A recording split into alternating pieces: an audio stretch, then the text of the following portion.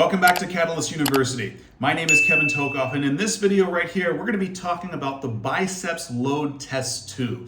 This is a really good special test when you're assessing for a slap tear of the shoulder. Let's talk about this test in more detail right now. So, to perform the Biceps Load Test 2, the patient will be positioned in supine, as you can see over here in the clip. The PT will passively bring the patient's shoulder into 120 degrees of abduction, with the elbow flexed to 90 degrees and the forearm supinated. Let's take a look at that right here. So here's the passive abduction to 120 degrees. We keep the elbow flexed to 90 degrees, forearm is going to be supinated, and as it so happens, the shoulder is also going to be in external rotation. Okay? So this is the test position. Now with my right hand, I'm going to be stabilizing her humerus here so that the angle of the shoulder remains at 120 degrees. So we don't want the humerus to move in this test. With my left hand here, I'm going to apply the manual resistance, and she's going to attempt to flex her elbow. So to bring her forearm basically down to her humerus.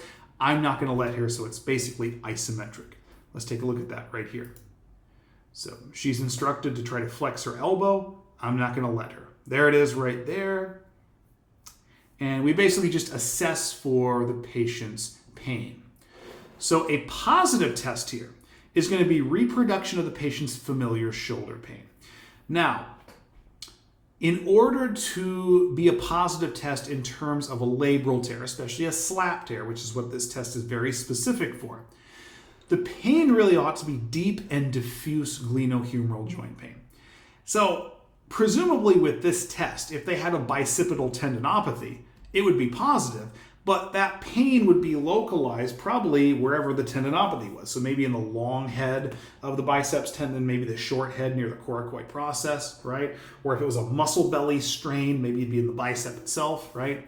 So we want to make sure we correlate the location of the patient's pain with what we're testing for.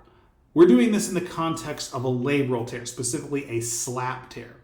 So those labral tears are going to be deep and diffuse glenohumeral joint pain most likely.